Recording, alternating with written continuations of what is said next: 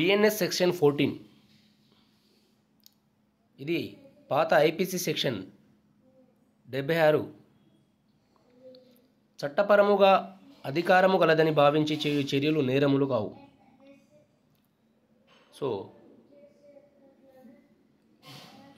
వివరణకు వస్తే ఒక వ్యక్తి చట్ట ప్రకారము చేయవలసిన విధిని నిర్వర్తించే క్రమంలో చేపట్టే చర్యలు నేరములుగా పరిగణించబడవు. అలాగే ఒక వ్యక్తి తాను తన విధిని సక్రమంగా నిర్వర్తిస్తున్నాననే భావనతో సద్భావనతో ఒక విషయము తప్పుగా అర్థం చేసుకొని చేయు చర్యలు కూడా నేరములుగా పరిగణించబడవు. అయితే చట్టమును సరిగా అర్థం చేసుకోకుండా చేయు చర్యలకు ఈ మినహాయింపు వర్తించదు.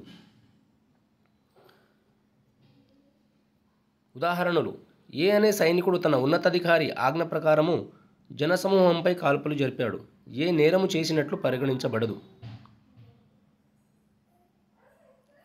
ఉదాహరణ 2: ఏ ఒక న్యాయస్థానంలోని ఉద్యోగి వైని అరెస్టు చేయవలసిందిగా ఏని న్యాయస్థానం ఆజ్ఞాపించింది. వైని గురించి పూర్తి వివరములు సేకరించి కూడా వై అనుకొని పొరపాటున జడ్ను అరెస్టు చేశాడు. ఏ నేరము చేసినట్లుగా పరిగణింపబడదు. చట్టము గురించి తెలియదనుట ఒక వ్యక్తిని నేరము నుండి తప్పించదు. అకారణంపై శిక్ష తప్పించుకొనలేడు. అయితే శిక్ష ఎంతవరకు విధించవచ్చు అనే విషయంలో ఆ వాదనకు తగిన విలువ ఇవ్వబడుతుంది. శిక్ష యొక్క తీవ్రతను తగ్గించుటకు ఆ వాదన ఉపయోగపడుతుంది.